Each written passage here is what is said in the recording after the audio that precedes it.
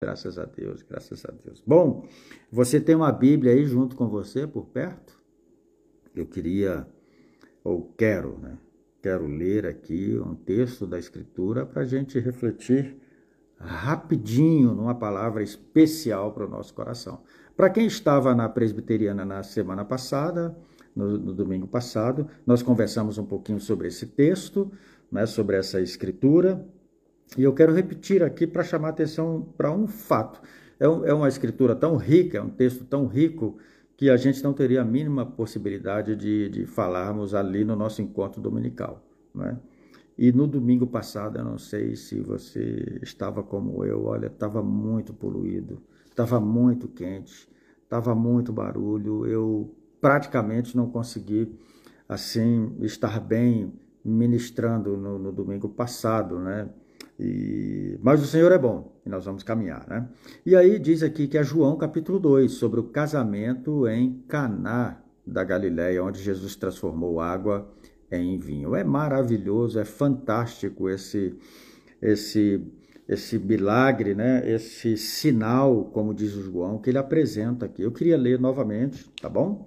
Capítulo 2 de João, que diz assim: 3 dias depois, houve um casamento em Caná da Galileia, e a mãe de Jesus estava ali. Jesus e seus discípulos também foram convidados para o casamento. E tendo acabado o vinho, a mãe de Jesus lhe disse: eles não têm mais vinho. Jesus lhes respondeu: mulher, que tenho eu contigo? A minha hora ainda não chegou. Então sua mãe disse aos atendentes, ou aos serventes, ou aos garçons: fazei tudo o que ele vos disser. Perto dali havia 6 talhas de pedra, usadas para as purificações dos judeus, e em cada uma cabiam entre 80 e 120 litros. Jesus lhes ordenou: enchei de água as talhas, e eles as encheram completamente. E Jesus lhes ordenou: então lhes disse: tirai agora um pouco e levai ao responsável pela festa, ou ao mestre-sala, o mestre de cerimônia. E assim eles fizeram. Quando o mestre-sala provou a água transformada em vinho, não sabendo de onde viera, embora o soubesse os atendentes que haviam tirado a água, chamou o noivo. E lhe disse: todos servem primeiro o vinho bom, e quando os convidados já beberam bastante, servem o inferior. Mas você guardou até agora o melhor vinho. Este sinal, em Caná da Galileia, foi o primeiro que Jesus fez. Ele manifestou a sua glória e os seus discípulos creram nele. Amém? Graças a Deus. Essa é uma palavra muito, muito especial para o nosso coração. Seja bem-vindo, Cláudio, você e toda a sua casa. Esse é um texto que nós já lemos inúmeras vezes. Se você tiver aí pelo menos 2 anos de crente, 3 anos, 5, você já deve ter lido bastante sobre o milagre em Caná da Galileia, quando Jesus transforma água em vinho. É um milagre excepcional e maravilhoso. Mas eu quero chamar a sua atenção, teria muitas coisas para a gente falar aqui, né, sobre Jesus estava convidado no casamento, o fato dos discípulos estarem presentes, por isso que eu disse que é muito rico esse texto, né, o fato de Jesus estar num casamento, diz muito sobre a vida de Jesus, né, sobre o seu ministério, o fato de o realizar de um milagre no casamento ter sido o primeiro milagre que Jesus realizou. Que percebam bem, Jesus escolheu exatamente o casamento para realizar um primeiro milagre. Não foi um ambiente onde tinha alguém doente, não era um ambiente onde tinha alguém cego, ou quanto ele tenha feito isso, né? Não foi um ambiente onde tinha um aleijado, ou onde tinha uma mulher com fluxo de sangue, ou quando tinha alguém morto. Não, Jesus escolheu um casamento para realizar o seu primeiro milagre. Era um ambiente de alegria, era um ambiente de festa, era um ambiente de regozijo, de celebração, e Jesus escolhe esse lugar para realizar o seu primeiro milagre, o seu primeiro sinal de que ele era o Messias. Isso é muito significativo para todos nós. E mais lá no final, quando Jesus transforma a água em vinho, que o mestre-sala vai tomar o vinho, né? Porque não foi Jesus quem disse a fala sobre o bom vinho, né? Foi o mestre Sala, ele disse aqui o comum é que a gente tome o bom vinho primeiro e depois o vinho mais ruim. Uma tendência natural. Então você toma o bom vinho, daqui a pouco o pessoal já não está com o paladar tão apurado assim, né? E já vai tomando qualquer outra coisa, até vinagre, como se fosse um Zinfandel. Né? Então, era normal fazer isso. Mas ele disse, não, aqui aconteceu o contrário, você trouxe o bom vinho depois. Eu queria pegar um pouquinho sobre isso aí e te convidar. E aí, transformando isso aqui para a nossa caminhada de fé, para a nossa caminhada cristã. Eu quero convidar você dizendo o seguinte, é melhor você aprender a degustar um bom vinho. O que é isso, pastor? Calma, calma, que eu vou te explicar sobre o que eu estou falando para você. Não vai embora, fique aí. Gente, assim, uma coisa importante no decorrer da nossa vida é que a gente vai desenvolvendo as nossas percepções sensoriais. Eu acredito que você tem essa experiência, né?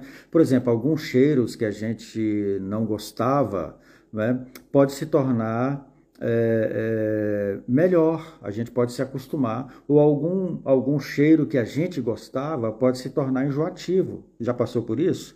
Não é? Um tipo de música, por exemplo, com o passar do tempo, vai ficando desinteressante, a gente vai gostando de outros estilos, alguns alimentos que a gente não comia, com o passar do tempo, vão se transformando em nossos favoritos.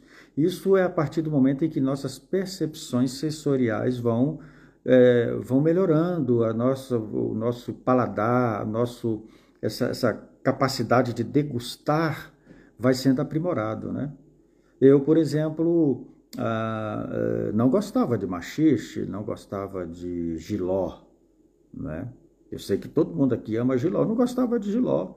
A partir do momento em que eu fui, né, minhas percepções sensoriais foram mudando, e eu fui ganhando aquele gosto, né, pelo jiló. Não tem nada mais gostoso que o jilózinho com ovo. Você já comeu jiló com ovo, um omelete, ou tipo uma farofa, assim, é delicioso, delicioso. Maxixe eu não passava nem perto. Hoje pode me dar só maxixe, que dá para comer só o maxixe puro. Então, o que acontece? Essas nossas percepções vão crescendo, né? Eu sabia, Rosilda, que o cheiro verde iria chegar por aqui, né? Quem sabe, né? Tem que ser um milagre assim maior do que o milagre da transformação da água em vinho.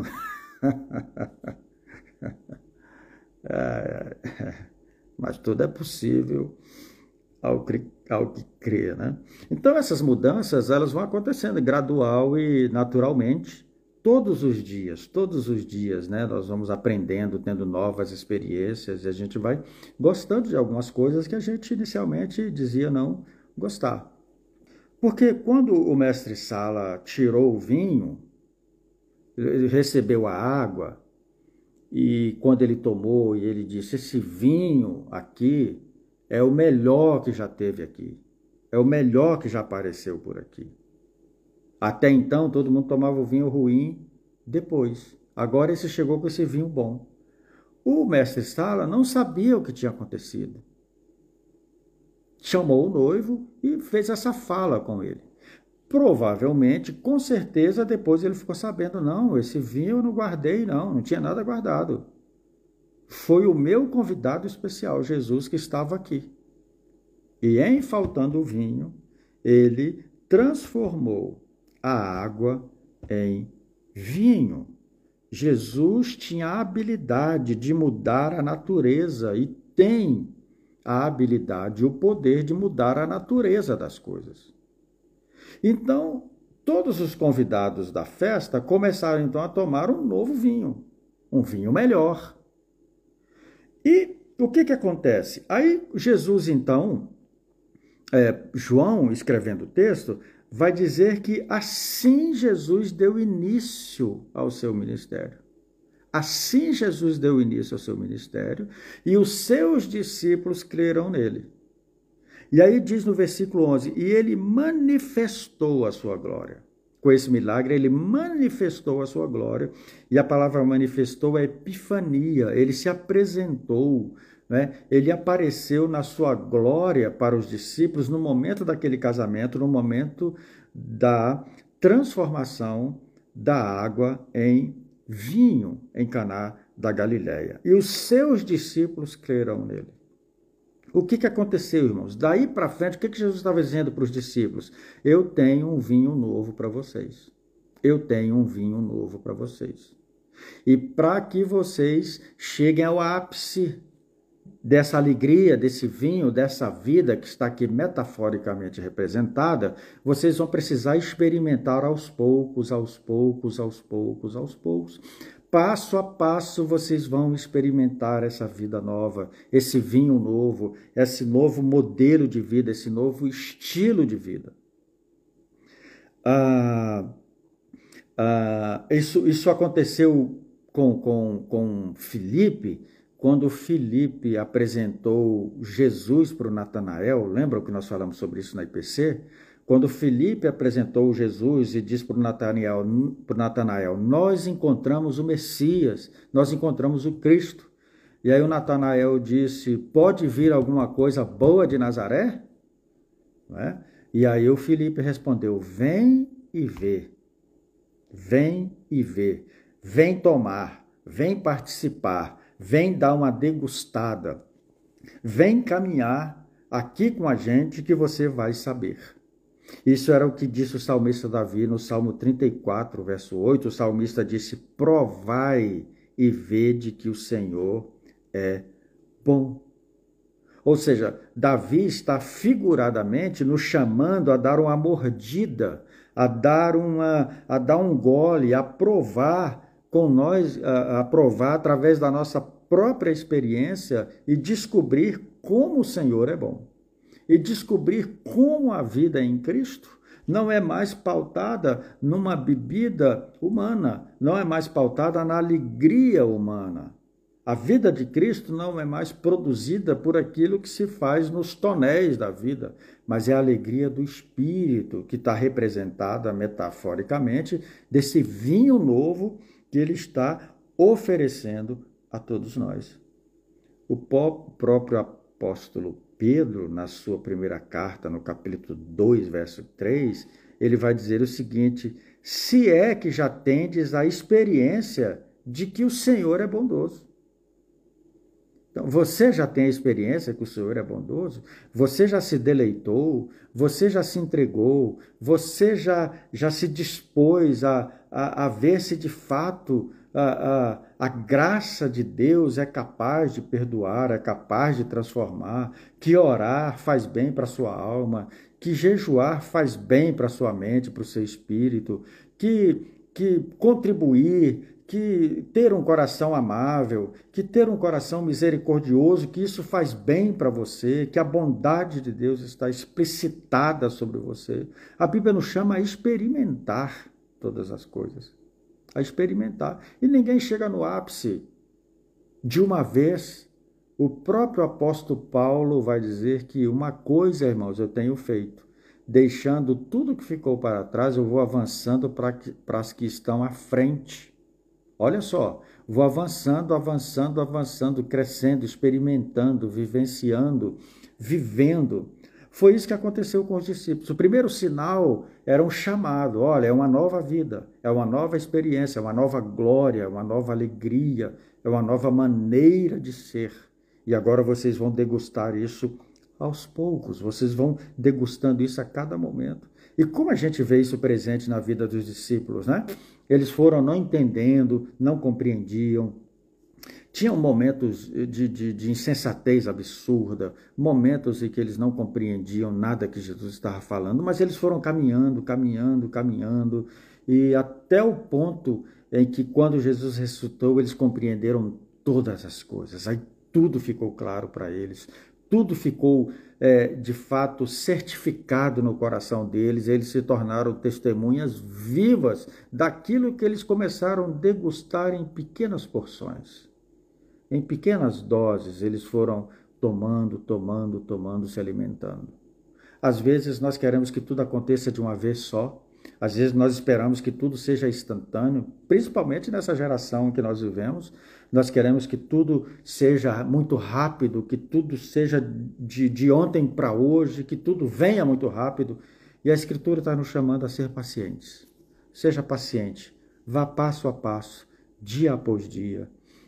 Faça os seus compromissos. Se porventura você não conseguiu cumpri-los, retome novamente, faça novamente, recomece, pare do ponto onde você esteve, vá de novo, não abra a mão, experimente, experimente, experimente. Pode ser que um dia, 2, 3, não faça, você talvez tenha dizendo, eu já estou fazendo isso há tanto, estou orando há tantos dias, não vejo resultado nenhum. Continue orando. Eu estou lendo a Bíblia, parece que eu não estou entendendo nada. Continue lendo, continue repetindo, continue fazendo. Não é? Eu estou me doando, mas parece que nada está acontecendo. Continue fazendo, que o fruto do Espírito os frutos do Espírito o fruto do Espírito vai ser realizado em você, vai ser realizado em você. Então Jesus está dizendo, é um novo momento, é uma nova era, é uma nova vida, é agora um novo reino a partir da alegria. E lá em Mateus, o próprio Jesus já havia dito, não se põe vinho novo em odres velhos. Não se põe vinho novo em odres velhos. Se você não mudar a mentalidade, você não vai experimentar do vinho novo. Jesus diz, não pode, porque se você colocar vinho novo em odre velho, o velho vai arrebentar e vai estragar o vinho. Então tem que ter metamorfose, tem que ter mudança de mente, tem que ter mudança de comportamento, tem que ter mudança de percepção sensorial. Você tem que estar apto a começar degustando. E no reino espiritual, coisas às vezes que você não gosta, porque é assim mesmo. É assim mesmo. A maioria das coisas do reino de Deus que a gente não gosta são a nosso favor. E a gente precisa aprender a degustar. E daqui a pouco, como disse o salmista, né, o profeta, né, eu comi a palavra, né, e no início era amargo, mas depois se tornou doce. É essa percepção sensorial que precisa crescer. É esse convite que Jesus está fazendo quando ele transforma a água em vinho. Então Jesus quer transformar a minha natureza, ele quer transformar a sua natureza, ele quer transformar a nossa natureza. Mas você precisa se dispor, você precisa querer, você precisa dar esses pequenos passos dia a dia, você precisa dedicar o seu coração, dedicar a sua vida ao Senhor e abandonar toda a prática que seja apenas com essa conexão religiosa. Então Jesus pega aquelas talhas que são de purificação, para a conexão religiosa, e dali ele tira vinho, e dali ele faz a mudança de natureza. Então, que a gente se entregue ao Senhor, e assim como a gente tem dito na IPC, você que está aqui, que não é da Presbiteriana Central do ponto de vista congregacional, mas é no amor, e é na graça do Senhor Jesus, nós estamos lendo o Evangelho de João, e João disse que ele escreveu o seu Evangelho com objetivo, que a gente creia que Jesus é o Cristo, o Filho de Deus, e crendo, a gente tem a vida em seu nome. Então, quando Jesus realizou o milagre em Caná da Galileia e manifestou a sua glória, os seus discípulos creram nele. E o meu convite para você hoje é: creia plenamente em Jesus Cristo como o Messias, o enviado de Deus, o único capaz de proporcionar para nós uma vida abundante. Jesus Cristo, o Senhor, é o único capaz de nos dar vida abundante. Ele é o único capaz de nos inserir no reino de Deus, que não é comida nem bebida, mas paz e alegria no Espírito Santo. Jesus é o Filho de Deus, o Deus eterno, encarnado, o Verbo que se fez carne, que veio morar entre nós, que veio viver entre nós e nos ensinar que se nós estivermos, por meio do Espírito, conectados ao Pai, a nossa natureza será mudada e nós vamos experimentar esse vinho novo. Então, você que é violento, ao experimentar o vinho novo, vai passar a ser alguém bondoso. Você que é avarento, ao experimentar do vinho novo, vai passar a ser generoso. Você que é ciumento, ao experimentar do vinho novo, vai gerar confiança em seu coração. Você que é adúltero, ao experimentar do vinho novo, vai largar essa vida. Tudo vai mudando a partir do momento em que você vai experimentando. E é claro, nem eu nem você estamos prontos. Todos nós temos áreas da nossa vida em que só a experiência fará com que a gente tenha essa nova mentalidade, essa nova maneira de ser. Às vezes a gente quer ficar selecionando as pessoas, excluindo pessoas. Quando você tomar do vinho novo, experimentar a vida nova, você vai começar a agregar todas as pessoas a você. Se você toma do vinho novo, dessa nova experiência com o Senhor Jesus, você vai perceber que posso todas as coisas naquele que me fortalece, que independente das circunstâncias, seja de fartura ou seja de falta, de escassez, nós podemos todas as coisas em Cristo. Pode faltar tudo nessa vida, não pode faltar Cristo. E como eu disse na segunda-feira passada, no nosso grupo, a tragédia que poderia ter acontecido naquele casamento foi apenas uma tragédia anunciada. Porque a verdadeira tragédia, ou a tragédia de fato, não é o fato de faltar o vinho. O grande problema daquele casamento ou daquela festa é se Jesus não estivesse lá.